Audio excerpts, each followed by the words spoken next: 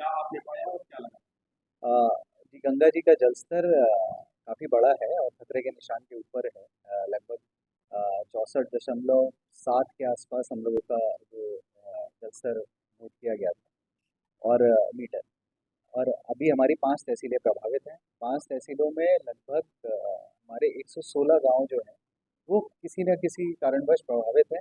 परंतु इसमें इन सभी 116 में आबादी प्रभावित नहीं है। 20 गांव ऐसे हैं जिनकी आबादी प्रभावित हुई है कटने के कारण, कि सड़क मार्ग पानी में डूब गया है, जिसकी वजह से आवाजाही के लिए हम लोगों ने नाव की व्यवस्था करी है।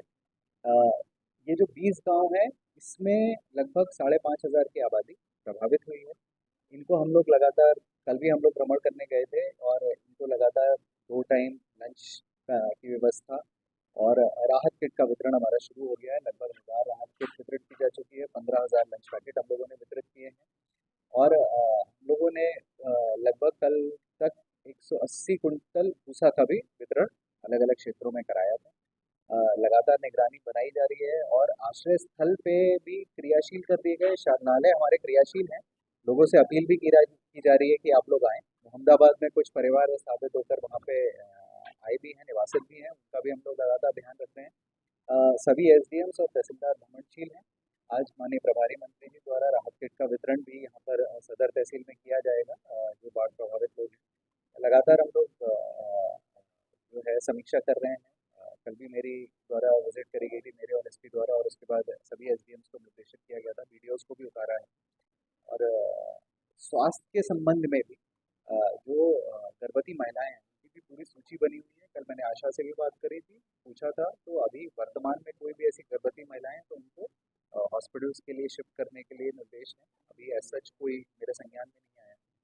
और हम लोग पूरा नज़र बनाए हुए हैं। और अब आज से उम्मीद है कि पानी घटना भी शुरू होगा, तो उसके बाद स्थिति जल्द से जल्द सर, ऐसे में बहुत सारे ऐसे गाँव के संपर्क मार्ग टूट गए, मतलब अलग हो गए गाँव की वजह से। तो उसके लिए किस तरह की? देखिए, संपर्क मार्ग एक होता है कि हम लोगों के वर्तमान में जो संपर्क मार्ग है वो उसके ऊपर से पानी जा रहा है, तो जिसकी वजह से हम लोगों ने नाव लगाई है। लगभग 100 के ऊपर नाव जनपद में अभी क्रियाशील है। लेकिन जो संपर्क मार्ग कट जाएंगे, जैसे पानी उतरता है और अगर कट जाते हैं, तो इसका निर्माण जो आपदा निधि होगी उसके माध्यम से कराया जाएगा। बहुत सारे संपर्क मार्ग हम लोग की वजह से महिलाएं जो मौजूदा है उन लोग के लिए भी दिक्कत होगी ज़्यादा होगी।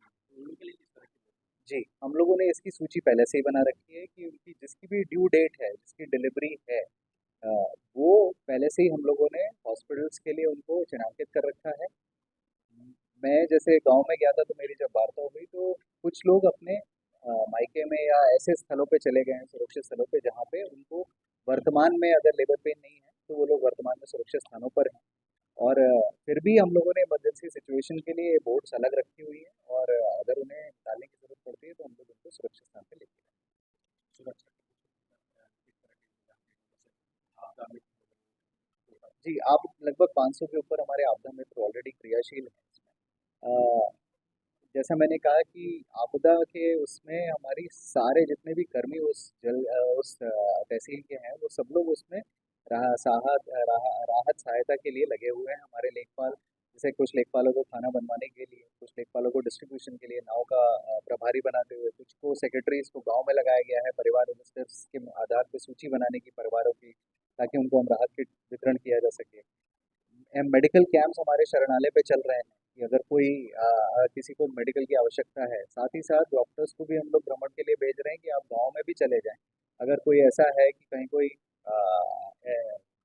जल जमाव के कारण कोई ऐसी बीमारी की संभावना बने, तो उसको भी हम लोग निगरानी करेंगे।